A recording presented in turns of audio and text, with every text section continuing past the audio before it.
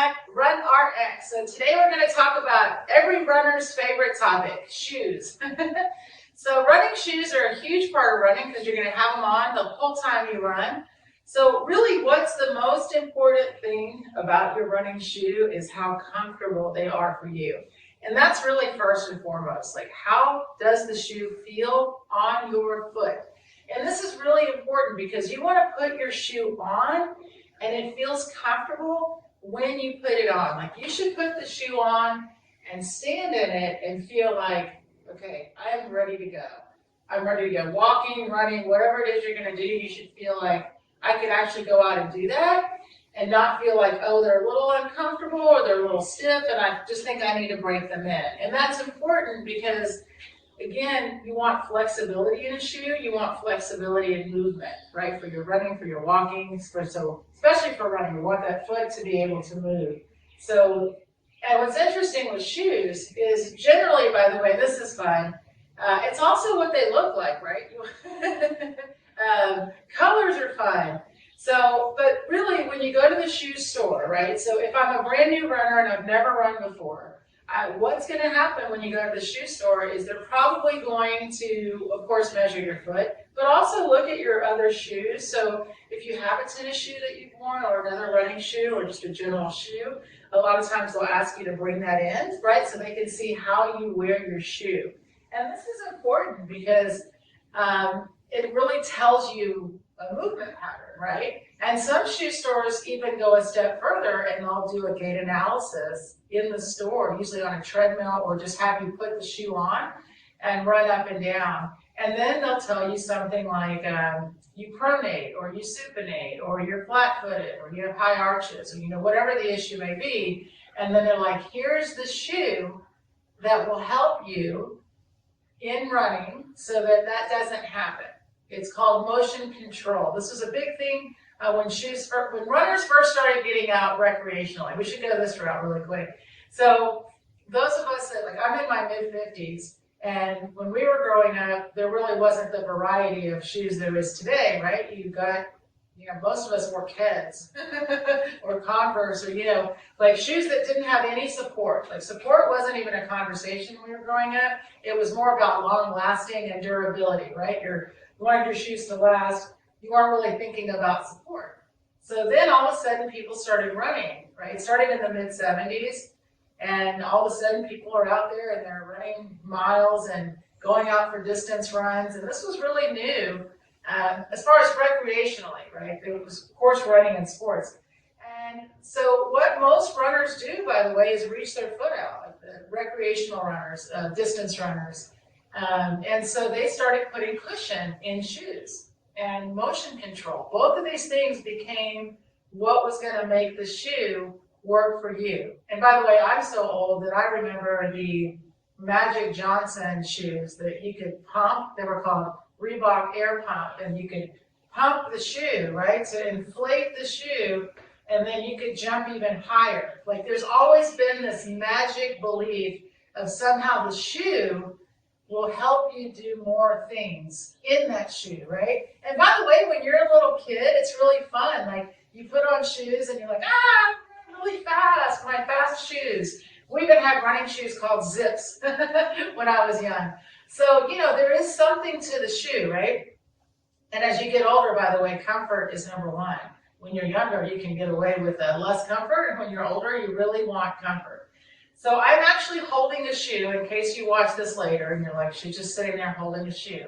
If you're watching, I've been actually wearing the same shoes for years and years. And so I don't recommend, I honestly cannot recommend the shoe that I'm holding. How's that? Because they don't make the shoe anymore, which is another good conversation. As a runner, when you find that shoe you love, buy a bunch of pairs. But when you're looking at a shoe, right, and this, by the way, this is funny. So I'm wearing black, and this is the same shoe. All of the shoes I have, this is a New Balance Trail Minimus, they've all been black. So they're wearing the same black shoe. It might have a color on the, on the rim. So someone found these for me in Canada. I haven't worn a white shoe in 15 years. I was like, this looks so strange. So color is important too. The reality is you should be able to take your shoe, guys, and it should be flexible. It should be pliable. It should be move. It should be able to move. So if the shoe will not bend at all, just be careful. That might be too stiff. So that's just something that I always tell people. When you pick up a shoe, of course, you're looking at how it feels, how heavy is it. Like these are minimalist shoes, so they're not heavy. But actually, they're not a barefoot shoe. And that's important because they do have support.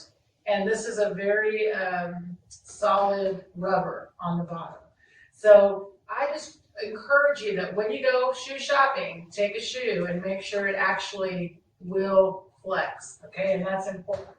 So let's just say real quick, when the shoes started getting more, or when running started getting more popular, right? So first they came out with these cushion shoes, and then of course it just turned into a brand game. I mean, there's so many name brands out there now. There's Nike, there's Brooks, there's Asics, there's Puma, there's Saucony, of course there's New Balance, you know, they're all out there. And then there's like small brands and local brands and organic brands. So, you know, it's overwhelming, and I can really understand that. So when you go to the shoe store, if you have a really basic thought in mind, like one, I want to be comfortable. That's number one, really important.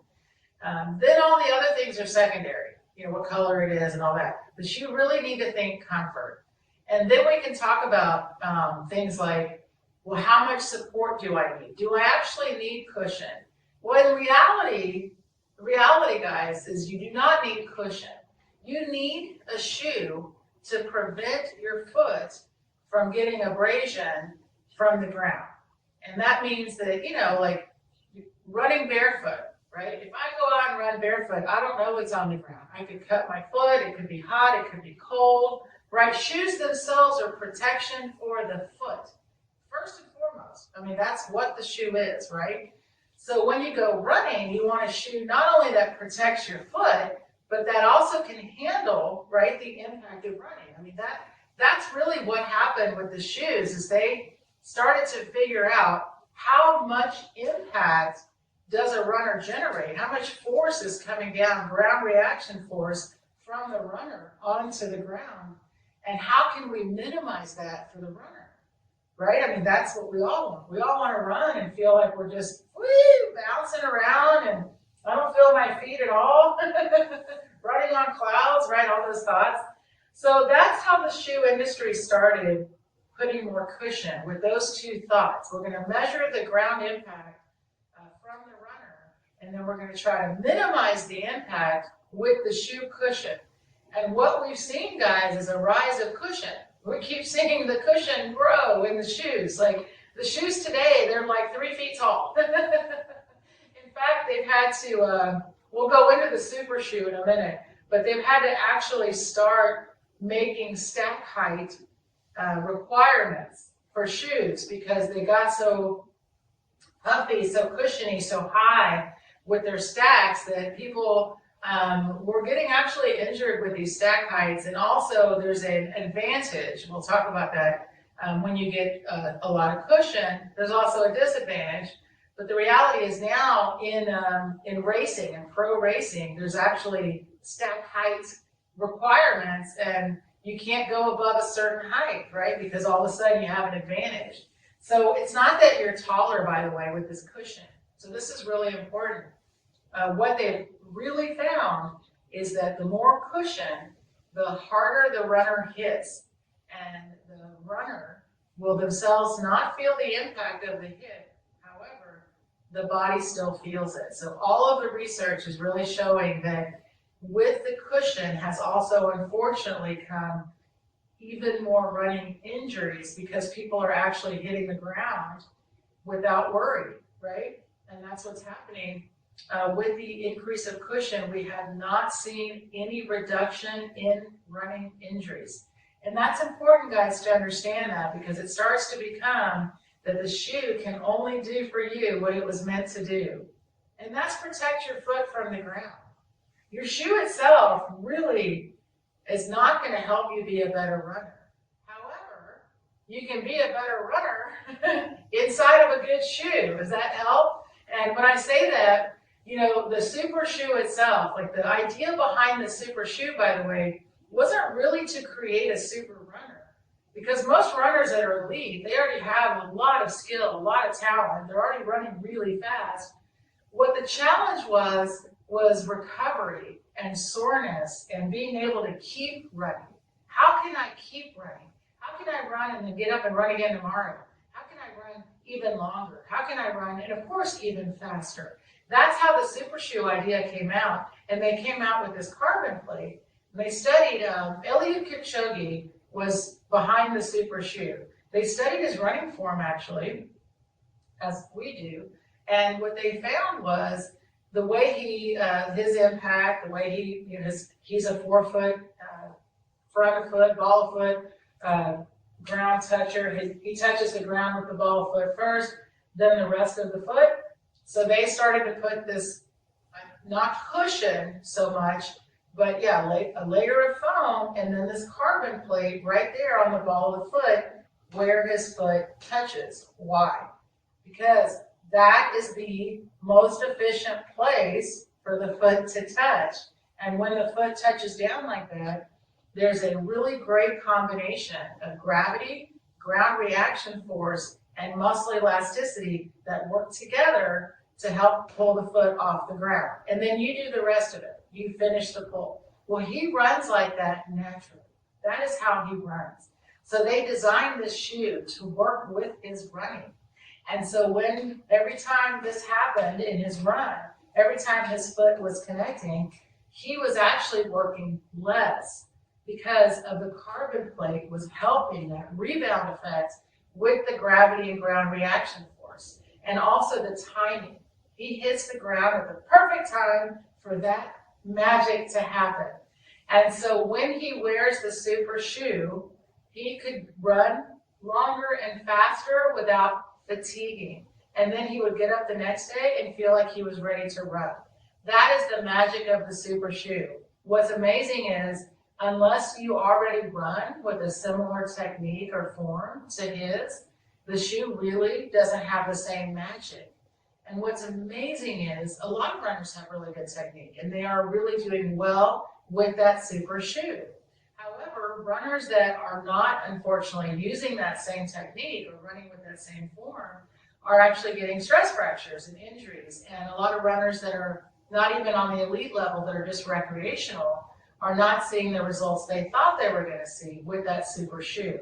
And my thing with it, and that was probably a little long-winded, but I'm really into shoes, is that you can get the same effect of the super shoe by creating yourself into a super runner.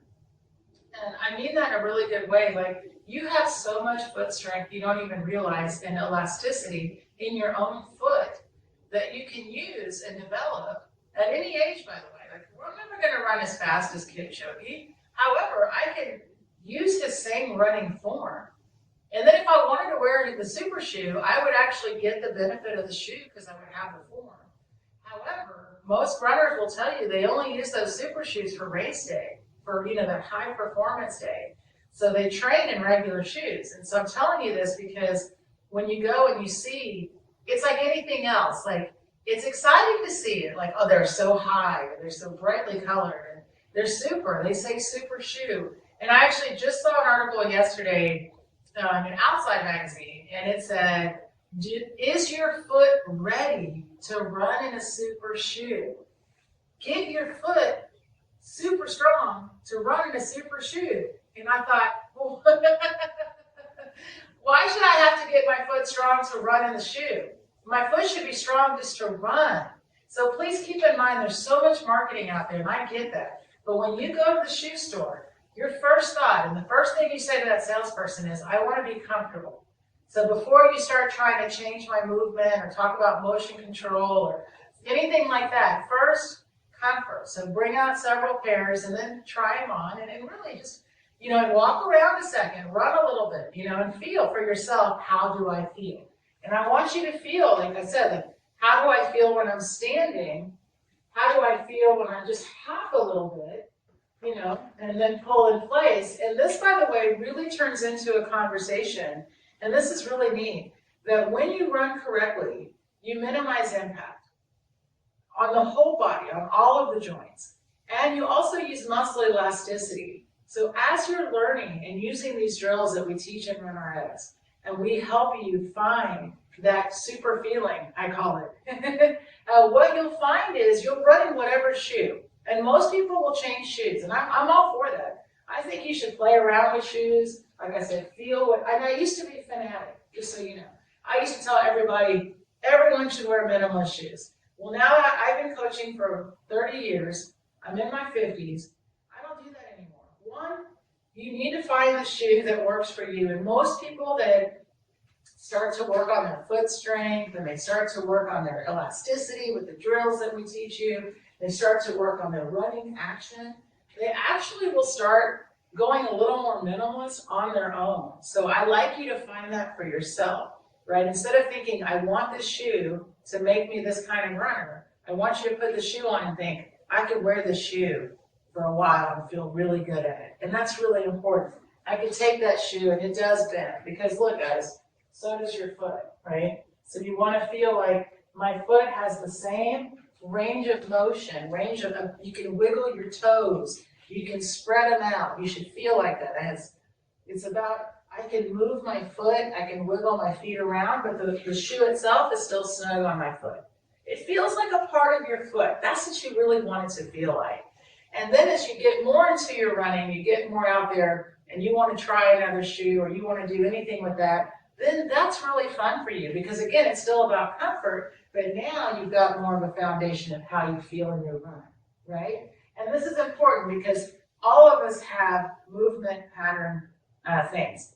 We might pronate, we might supinate, some people heel strike, forefoot strike, toe strike, all of these things that happen. Just remember, all of those are happening usually because of an active push or land.